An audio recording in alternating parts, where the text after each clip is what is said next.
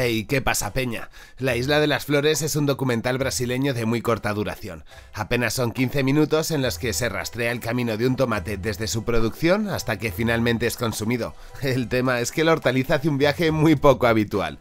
Su ruta no termina en la mesa de una familia, sino que continúa hacia la basura hasta llegar a la Isla de las Flores, donde finalmente se le encontrará un destino, convirtiéndose en la alimentación de los más desfavorecidos. A través de un simple producto de primera necesidad se hace un repaso a la cadena de suministros, al ciclo económico, a la condición humana, a la desigualdad estructural y de paso a la manera en la que entendemos el conocimiento. En el vídeo de hoy vamos a analizar estas claves que el director brasileño Jorge Furtado desarrolla en su trabajo. La obra es de 1989, que tal vez os puede resultar un periodo muy lejano. Por desgracia, la cinta sigue siendo de rabiosa actualidad, demostrando que en este tiempo no hemos cambiado demasiado. Posiblemente puede que se haya agudizado más la situación. La historia arranca situándonos en el mapa. Latitud 30 grados, 12 minutos y 30 segundos sur, y longitud de 51 grados, 11 minutos y 23 segundos oeste, es decir, nos coloca en Belém Novo, Porto Alegre. Esta manera de presentar la obra tan precisa y academicista es algo que utilizará el narrador para poder contarnos por qué son así las cosas. Su estilo no pasa desapercibido, incluso en ocasiones se vuelve algo sobreexplicativo. Al punto de que después de ubicarnos en el espacio nos presenta a un ser humano, más en concreto a un japonés, algo que cualquiera sabe lo que es. Así nos muestra cuáles son sus características físicas, sus rasgos y qué le distingue del resto de razas. A continuación hace lo mismo para definir qué es un ser humano. Según el docu, a esta especie la caracteriza tener un pulgar oponible y el telencéfalo altamente desarrollado, señalando que eso es lo que separa al humano del resto del reino animal. Realmente la definición que da es vaga, pero ¿cuál acaso no lo es? El trabajo no solo es muy crítico por lo que cuenta, sino por cómo lo hace. La Isla de las Flores realiza un ataque directo a la ilustración y al pensamiento ilustrado que nos educó para que entendiésemos el mundo de un modo muy limitado. Las definiciones solo encapsulan ideas, dejándose fuera casi tanto como lo que las propias definiciones dicen. Voy a aclarar esto un poco poniendo un ejemplo. Mirad, ¿qué es una puerta? ¿Alguien puede definirla sin dejar fuera al 90% de las puertas? Porque si alguien dice que es de madera, habrá otro que diga que es de cristal, de metal, unos que es corredera, otros que es de girar, con picaporte, sin él, o nada de lo anterior, y entender como puerta un agujero que permite la entrada a una cueva. La obsesión por ese modo de parcelar el conocimiento y la sabiduría surge en el siglo XIX al calor de la Ilustración. La enciclopedia, que es el documento donde se guardó el conocimiento con esta fórmula delimitadora, se publicó entre los años 1751 y 1772, fortaleciendo así la hipótesis de que el pensamiento ilustrado es el que nos hace conceptualizar la realidad de esta manera. Vamos, que quien controla Wikipedia, ¿controla el pasado? Si os fijáis, prácticamente todas las disciplinas académicas pertenecen a esa época, al siglo XIX. La sociología, la antropología o la biología son algunos ejemplos. El trabajo nos presenta su historia haciendo muchísimo hincapié en las definiciones y en la conceptualización de todo. Recordad que hace un momento os mencionaba que el documental arrancaba con un tal señor Suzuki donde nos explicaban qué era ser un japonés. Y en relación a lo que os mencionaba de la puerta, fijaros en esto. Un japonés no necesariamente ha de tener los ojos rasgados, ni tampoco el pelo negro, ni apellidarse Suzuki, Yamaha o Kobayashi. Sono en italiano significa yo soy. Sion Sono es el nombre de un director japonés. Um dia, é o intervalo de tempo que o planeta Terra leva para girar completamente sobre o seu próprio eixo. Meio-dia é a hora do almoço.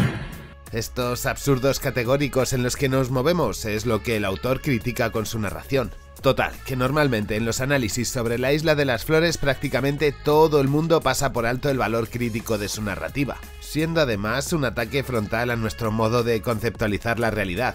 De hecho, Jorge Furtado consigue dejar en evidencia que tanta definición solo genera contradicciones y una interpretación del mundo errónea y autodestructiva. Dejando de lado el cómo se cuenta y centrándonos en lo que se dice, teníamos al señor Suzuki cultivando tomates. Él no produce para autoabastecerse, sino que coloca su producto en el mercado a cambio de dinero, por supuesto, y así se acaba su ciclo económico. Pero empiezan otros, como el de la señora Anita, que necesita el tomate plantado por Suzuki. Para conseguir el dinero que vale ese tomate, la mujer va vendiendo perfumes de puerta en puerta. Ella no cosecha ni crea nada con sus manos, sino que se dedica a comprar fragancias a un precio y venderlos a otro, sacando así un beneficio. Sea como fuere, el docu nos está enseñando distintas formas de trabajo por cuenta propia. Por un lado, un modelo a lo griego clásico donde se intercambian los productos que uno mismo crea, como es el caso del señor Suzuki, y otro fenicio, en el que se está sacando beneficio por algo que no se ha hecho. Esta cultura se dedicaba a comprar en un sitio y a vender en otro para sacar así un poco de lucro. A los griegos les molestaba realmente que los fenicios actuasen así, y por eso rivalizaron siempre en toda la región del Mediterráneo. Como nuestra cultura proviene de los griegos, coloquialmente se usa la palabra fenicio para referirse a las personas que sacan el máximo beneficio en un negocio. Ay, en fin, que me despisto con batallitas que además no importan demasiado. Continúo. Doña Anita quería el tomate para hacer una salsa y de entre toda la bolsa había uno que estaba pocho. Así que lo tira a la basura, prolongando su ciclo vital.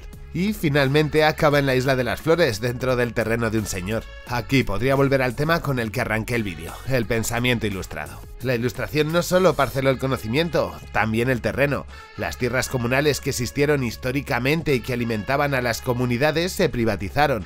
Eso ocurrió en Euskadi con la explotación del hierro. De toda la vida en esa región las minas se habían entendido como un bien comunal del pueblo hasta 1876 que pasó a esas manos privadas. Así surgen los Altos Hornos, la empresa más importante de España durante el siglo XX, y así surge el Bilbao moderno, dividido en dos por la ría, una rica y otra pobre. En la Isla de las Flores se da una diferenciación económica aún más acentuada, existiendo personas que no tienen nada. No como el dueño de ese cercao que tiene cerdos, y aparte también gente que se encarga de cuidarlos por él. Se presentan aquí, así, más tipos de trabajadores, como por ejemplo el que labura por cuenta ajena, y de paso se ve al dueño que no trabaja. Este último deja que el dinero trabaje por él, precioso eufemismo para hablar de explotación y también usado en las estafas piramidales y entre los ANCAP. En fin, que los empleados del dueño son los que se encargan de rebuscar la mejor comida para el cerdo. Ahí vuelve a aparecer nuestro querido tomate para ser rechazado otra vez.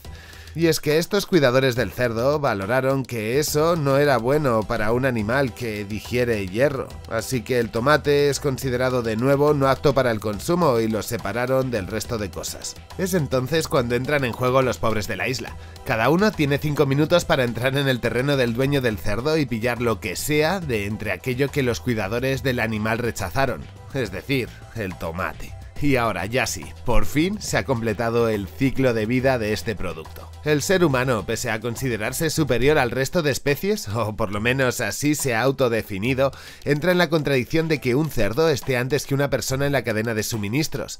De hecho, van después de un animal que no tiene voluntad, ya que otros seres humanos deciden por él su alimentación. Es decir, hay personas cuya vida no vale nada y que ocupan un puesto tan bajo en la pirámide social que están por debajo de los animales. Pero no pasa nada, que al menos son libres. O eso dice el documental, que cierra con un hermoso alegato a la libertad.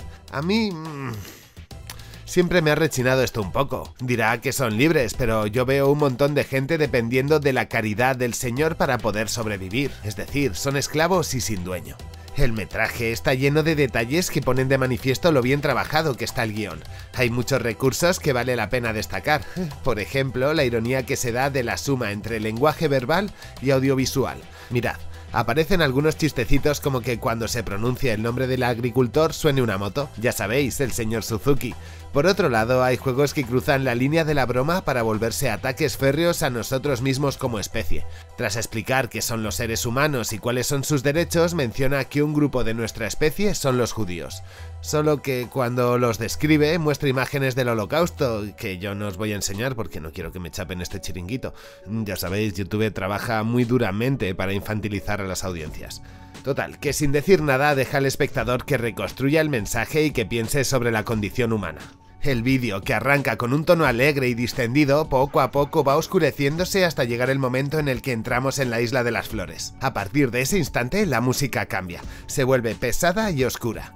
El narrador ahora nos va a enseñar la cara B del capitalismo, lo que no aparece en los canales de economía, ya que en ningún sitio se nos dice que para tener beneficio hay que aprovecharse de otro. De hecho, alguien muy sabio que conocí hace unos años me dijo: nadie se hace rico con sus propias manos. Eso solo se consigue capitalizando el esfuerzo ajeno. Y así como hay algunos en la cúspide, otros ocupan el puesto más bajo y no será por haber trabajado poco.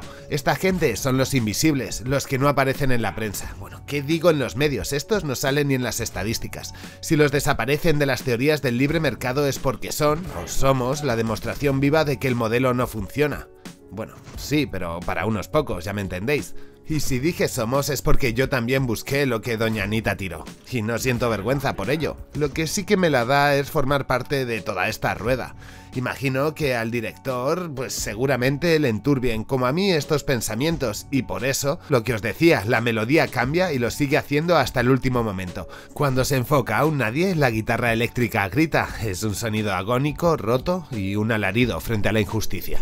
Una de las cosas que más me llamó la atención de este proyecto es por supuesto su lectura económica, aunque sentí cierta imprecisión a la hora de tratar la historia de la economía. No lo culpo, se trata de un mito moderno que no se sustenta en nada, pero que todos los economistas cacarean como loros cuando quieren explicar el origen del dinero. Esta fantasía se la debemos a Adam Smith, que escribió en 1776 La riqueza de las naciones.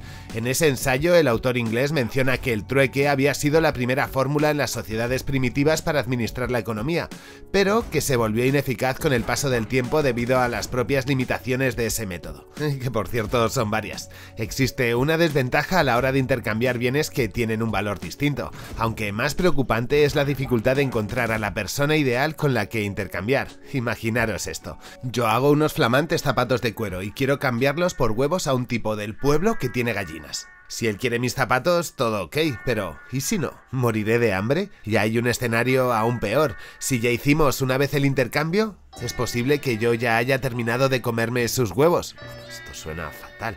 Pero me entendéis, ¿qué ocurriría si él aún tiene los zapatos como nuevos? Pues probablemente que yo me sentiría estafado. Teniendo el trueque como modelo principal para administrar la economía, nos encontramos con que los miembros de la comunidad para intercambiar necesitarían hacer una auténtica gincana. El de los huevos no quiere zapatos, pero tal vez sí fruta, así que tendría que ir con mis zapatos al fruntero y ver si así rasco algo y vamos, un rollo. Si lo pensáis un poco, el trueque no solo es tedioso e ineficaz, sino que genera un montón de rencillas. Y es que resulta que cambié mis zapatos por unos huevos que me han durado 15 días, mientras que su calzado lo tendrá durante años. Envidia, sensación de engaño y, en definitiva, una forma de relacionarnos que erosiona directamente el tejido social. Con esto no estoy renegando del trueque ni sacándolo de la ecuación histórica. Por supuesto, el trueque ha existido, desde tiempos muy antiguos además, como forma de intercambio, solo que entre rivales o con extranjeros, nunca entre miembros de una misma comunidad.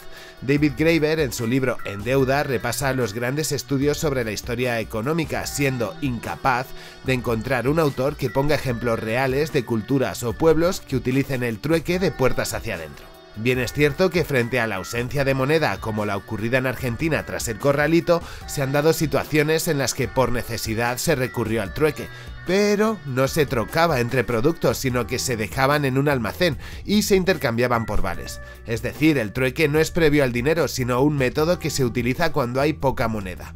Que no tengamos registro histórico ni actual de culturas que trocaban entre sus miembros, y ejemplos como este argentino donde realmente no se trueca, sino que se intercambian los bienes por vales, deja entrever que el trueque y el modelo monetario siempre van de la mano. Es más, me atrevo a decir que el trueque es simplemente otra fórmula más de sistema monetario. Entonces, si este no fue el primer mecanismo económico que implementamos como sociedad compleja, ¿cuál fue? Bueno, si seguimos con el ejemplo de Graeber y si lo mezclamos con lo que yo ya había puesto, imaginaros esto, tengo unos zapatos y otro tiene huevos. Según este antropólogo, la conversación sería tal que así.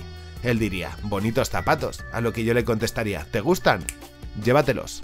De esta manera habré creado una deuda que me garantice sus productos cuando yo los necesito. Aparte, en contra de lo que pasa con el trueque que erosiona la convivencia, esta deuda sin intereses y entre los miembros de una comunidad afianza los lazos, ya que se da una situación de interrelación.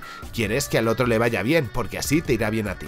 Por si os interesa, esto se conoce como la teoría de la reciprocidad económica. En conclusión, Adam Smith diseñó un mito que a día de hoy tiene muchísima vigencia, sobre todo entre los economistas. Es por eso eso por lo que el docu está infectado con ese pensamiento, aunque, como os dije, tampoco me sorprende. El trabajo es del 89 y a día de hoy el 99% de esos canales de economía siguen difundiendo y reproduciendo un cuento que además les resulta conveniente.